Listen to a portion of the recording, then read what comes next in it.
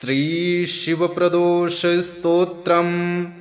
जय देव जगन्नाथ, जय शंकर शाश्वत, जय सर्वसुराध्यक्ष, जय सर्वसुरार्चित, जय सर्वगुणातीत, जय सर्ववरप्रद, जय नित्यनिराधार, जय विश्वंभराव्यय, जय विश्वैकवन्द्येश, जय नागेन्द्रभूषण, जय गौरीपते शंभो, जय चन्द्रार्धशेखर, जय कोट्यर्कसङ्काश, जयानन्तगुणाश्रय, जय भद्रविरूपाक्ष, जयाचिन्त्यनिरञ्जन, जय नाथ कृपासिन्धो, जय भक्तार्तिभञ्जन, जय दुस्तरसंसार सागरोत्तारणप्रभो, प्रसीद मे महादेव,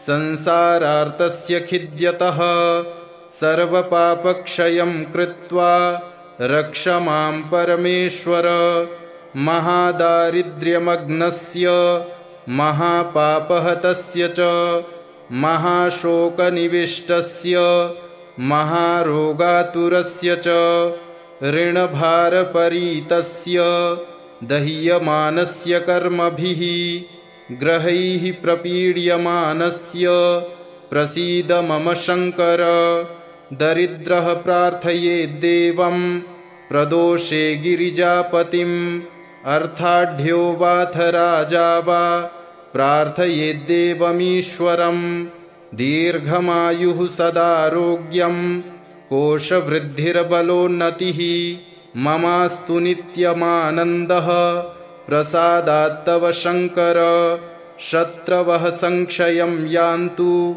प्रसीदन्तु मम प्रजाः, नश्यन्तु दस्यवो राष्ट्रे जनाः सन्तु निरापदः, दुर्भिक्षमारिसन्तापाः शमं यान्तु महीतले, सर्वसस्यसमृद्धिश्च भूयात् सुखमया दिशः, एवमाराधयेद्देवं पूजान्ते गिरिजापतिं, ब्राह्मणान् भोजयेत् पश्चात् दक्षिणाभिश्च पूजयेत्, सर्वपापक्षयकरी सर्वरोगनिवारणी शिवपूजा मया ख्याता सर्वाभीष्टफलप्रदा। जय देव जगन्नाथ, जय शंकर शाश्वत, जय सर्वसुराध्यक्ष, जय सर्वसुरार्चित, जय सर्वगुणातीत, जय सर्ववरप्रद, जय नित्यनिराधार, जय विश्वंभराव्यय, जय विश्वैकवन्द्येश, जय नागेन्द्रभूषण, जय गौरीपते शंभो, जय चन्द्रार्धशेखर, जय कोट्यर्कसङ्काश, जयानन्तगुणाश्रय, जय भद्रविरूपाक्ष, जयाचिन्त्यनिरञ्जन, जय नाथ कृपासिन्धो, जय भक्तार्तिभञ्जन, जय दुस्तरसंसार सागरोत्तारणप्रभो, प्रसीद मे महादेव, संसारार्तस्य खिद्यतः, सर्वपापक्षयं कृत्वा रक्ष मां परमेश्वर, महादारिद्र्यमग्नस्य महापापहतस्य च, महाशोकनिविष्टस्य महारोगातुरस्य च, ऋणभारपरीतस्य दह्यमानस्य कर्मभिः, ग्रहैः प्रपीड्यमानस्य प्रसीद मम शंकर, दरिद्रः प्रार्थयेद्देवं प्रदोषे गिरिजापतिम्, अर्थाढ्यो वाथ राजा वा प्रार्थयेद्देवमीश्वरम्, दीर्घमायुः सदारोग्यं कोशवृद्धिर्बलोन्नतिः, ममास्तु नित्यमानन्दः प्रसादात्तव शंकर, शत्रवः संक्षयं यान्तु प्रसीदन्तु मम प्रजाः, नश्यन्तु दस्यवो राष्ट्रे जनाः सन्तु निरापदः दुर्भिक्षमारिसन्तापाः शमं यान्तु महीतले सर्वसस्यसमृद्धिश्च भूयात् सुखमयादिशः एवमाराधयेद्देवं पूजान्ते गिरिजापतिं ब्राह्मणान् भोजयेत् पश्चात् दक्षिणाभिश्च पूजयेत् सर्वपापक्षयकरी सर्वरोगनिवारणी शिवपूजा मया ख्याता सर्वाभीष्टफलप्रदा। जय देव जगन्नाथ जय शंकर शाश्वत जय सर्वसुराध्यक्ष जय सर्वसुरार्चित जय सर्वगुणातीत जय सर्ववरप्रद जय नित्यनिराधार जय विश्वंभराव्यय जय विश्वैकवन्द्येश जय नागेन्द्रभूषण जय गौरीपते शंभो जय चन्द्रार्धशेखर जय कोट्यर्कसङ्काश जयानन्तगुणाश्रय जय भद्रविरूपाक्ष जयाचिन्त्यनिरञ्जन जय नाथ कृपासिन्धो जय भक्तार्तिभञ्जन जय दुस्तरसंसार सागरोत्तारणप्रभो प्रसीद मे महादेव संसारार्तस्य खिद्यतः सर्वपापक्षयं कृत्वा रक्ष मां परमेश्वर महादारिद्र्यमग्नस्य महापापहतस्य च महाशोकनिविष्टस्य महारोगातुरस्य च ऋणभारपरीतस्य दह्यमानस्य कर्मभिः ग्रहैः प्रपीड्यमानस्य प्रसीद मम शङ्कर दरिद्रः प्रार्थयेद्देवं प्रदोषे गिरिजापतिम् अर्थाढ्यो वाथ राजा वा प्रार्थयेद्देवमीश्वरं दीर्घमायुः सदारोग्यं कोशवृद्धिर्बलोन्नतिः ममास्तु नित्यमानन्दः प्रसादात्तव शङ्कर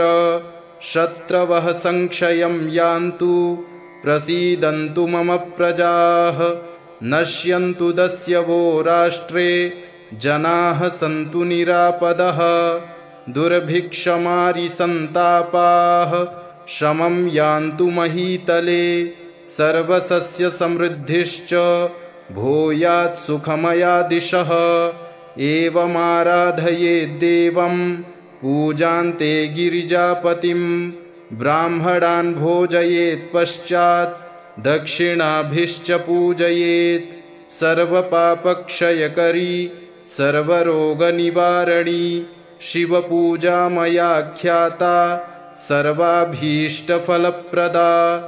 जय देव जगन्नाथ जय शंकर शाश्वत जय सर्वसुराध्यक्ष जय सर्वसुरार्चित जय सर्वगुणातीत जय सर्ववरप्रद जय नित्यनिराधार जय विश्वंभराव्यय जय विश्वैकवन्द्येश जय नागेन्द्रभूषण जय गौरीपते शंभो जय चन्द्रार्धशेखर जय कोट्यर्कसङ्काश जयानन्तगुणाश्रय जय भद्रविरूपाक्ष जयाचिन्त्यनिरञ्जन जय नाथ कृपासिन्धो जय भक्तार्तिभञ्जन जय दुस्तरसंसार सागरोत्तारणप्रभो प्रसीद मे महादेव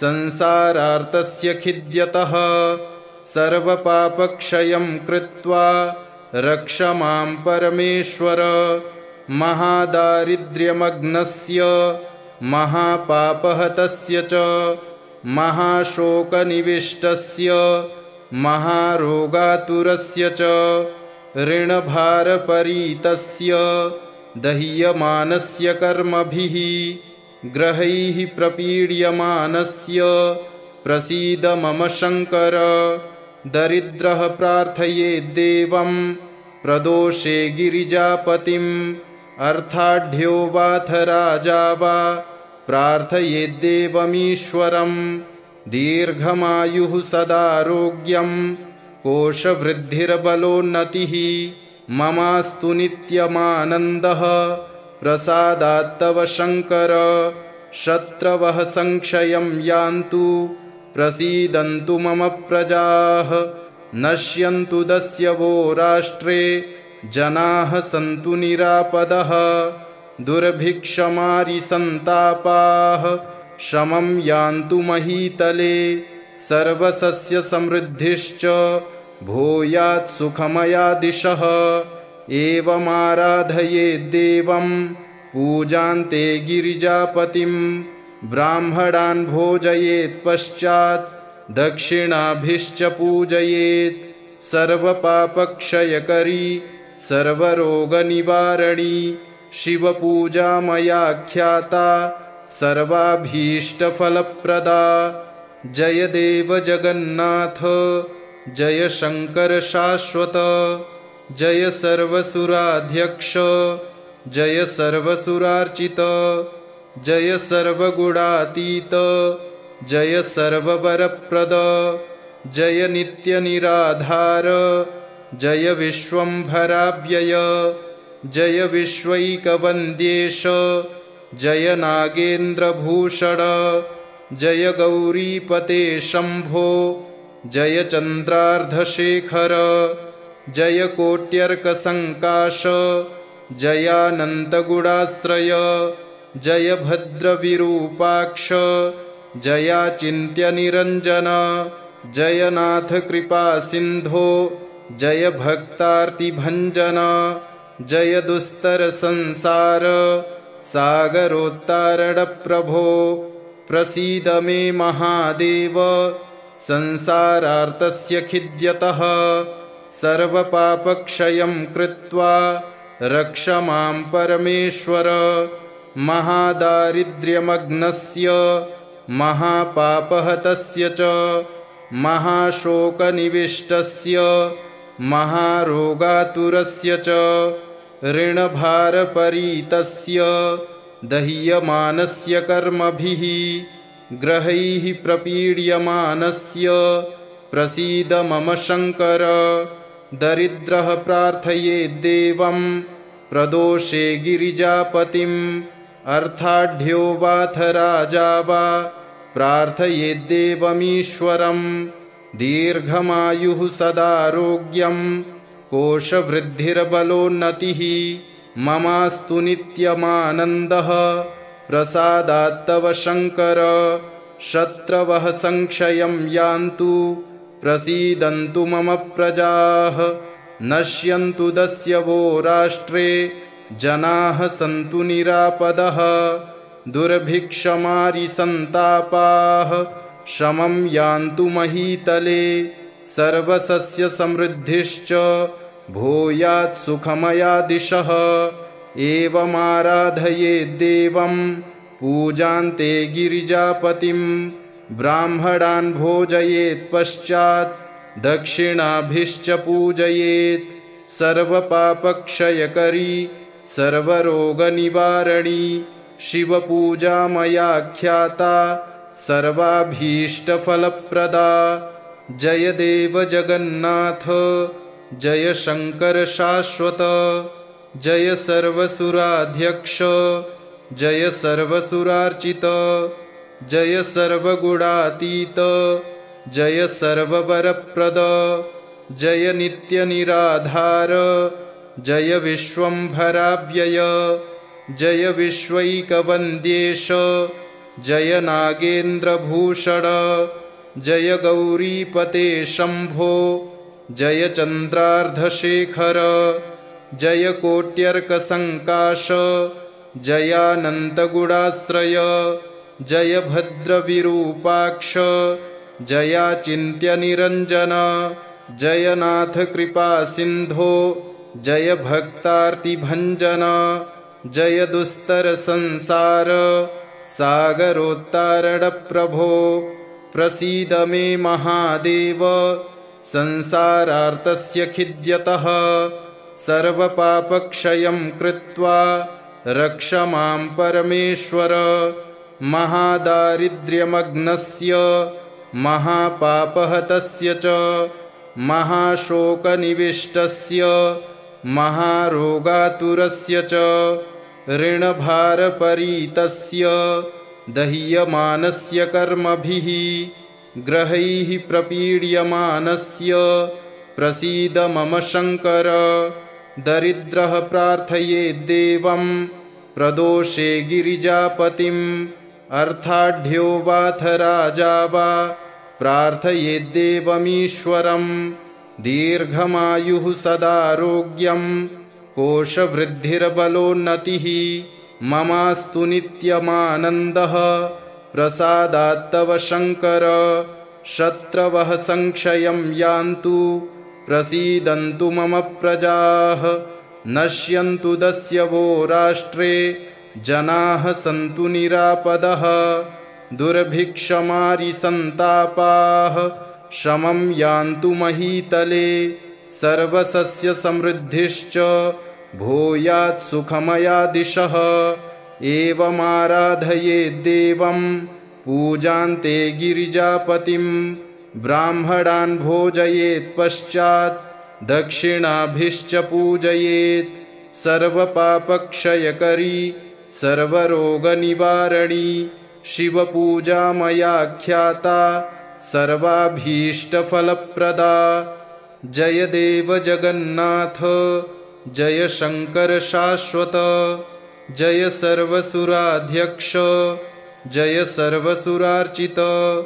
जय सर्वगुणातीत जय सर्ववरप्रद।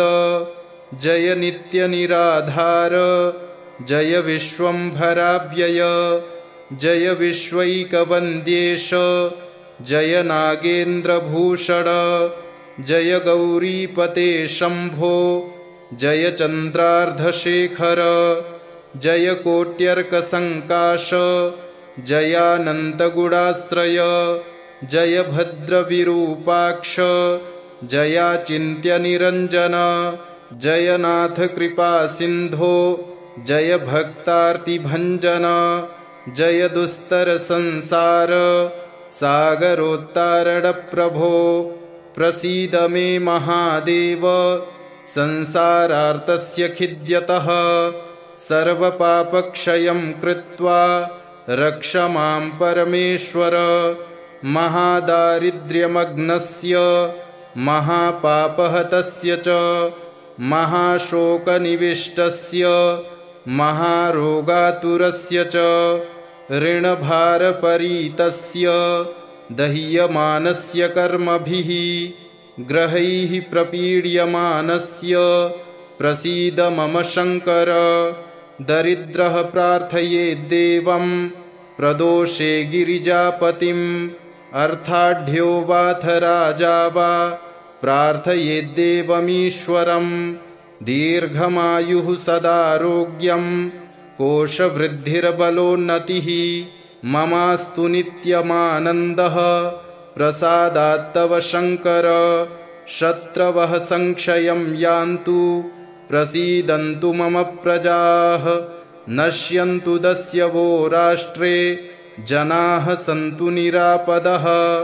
दुर्भिक्षमारिसन्तापाः शमं यान्तु महीतले सर्वसस्यसमृद्धिश्च भूयात् सुखमया दिशः। एवमाराधयेद्देवं पूजान्ते गिरिजापतिं ब्राह्मणान् भोजयेत् पश्चात् दक्षिणाभिश्च पूजयेत्। सर्वपापक्षयकरी सर्वरोगनिवारणी शिवपूजा मया ख्याता सर्वाभीष्टफलप्रदा। जय देव जगन्नाथ जय शङ्कर शाश्वत। जय सर्वसुराध्यक्ष जय सर्वसुरार्चित। जय सर्वगुणातीत जय सर्ववरप्रद। जय नित्यनिराधार जय विश्वम्भराव्यय। जय विश्वैकवन्द्येश जय नागेन्द्रभूषण जय गौरीपते शम्भो जय चन्द्रार्धशेखर जय कोट्यर्कसङ्काश जयानन्तगुणाश्रय जय भद्रविरूपाक्ष जयाचिन्त्यनिरञ्जन जय नाथ कृपासिन्धो जय भक्तार्तिभञ्जन जय दुस्तरसंसार सागरोत्तारणप्रभो प्रसीद मे महादेव संसारार्तस्य खिद्यतः सर्वपापक्षयं कृत्वा रक्ष मां परमेश्वर महादारिद्र्यमग्नस्य महापापहतस्य च महाशोकनिविष्टस्य महारोगातुरस्य च ऋणभारपरीतस्य दह्यमानस्य कर्मभिः ग्रहैः प्रपीड्यमानस्य प्रसीद मम शङ्कर दरिद्रः प्रार्थयेद्देवं प्रदोषे गिरिजापतिम् अर्थाढ्यो वाथ राजा वा प्रार्थयेद्देवमीश्वरम् दीर्घमायुः सदारोग्यं कोशवृद्धिर्बलोन्नतिः ममास्तु नित्यमानन्दः प्रसादात्तव शङ्कर शत्रवः संक्षयं यान्तु प्रसीदन्तु मम प्रजाः नश्यन्तु दस्यवो राष्ट्रे जनाः सन्तु निरापदः दुर्भिक्षमारिसन्तापाः शमं यान्तु महीतले सर्वसस्यसमृद्धिश्च भूयात् सुखमया दिशः एवमाराधयेद्देवं पूजान्ते गिरिजापतिं ब्राह्मणान् भोजयेत्पश्चात् दक्षिणाभिश्च पूजयेत् सर्वपापक्षयकरी सर्वरोगनिवारणी शिवपूजा मया ख्याता सर्वाभीष्टफलप्रदा जय देव जगन्नाथ जय शङ्कर शाश्वत जय सर्वसुराध्यक्ष जय सर्वसुरार्चित जय सर्वगुणातीत जय सर्ववरप्रद जय नित्यनिराधार जय विश्वम्भराव्यय जय विश्वैकवन्द्येश जय नागेन्द्रभूषण जय गौरीपते शम्भो जय चन्द्रार्धशेखर जय कोट्यर्कसङ्काश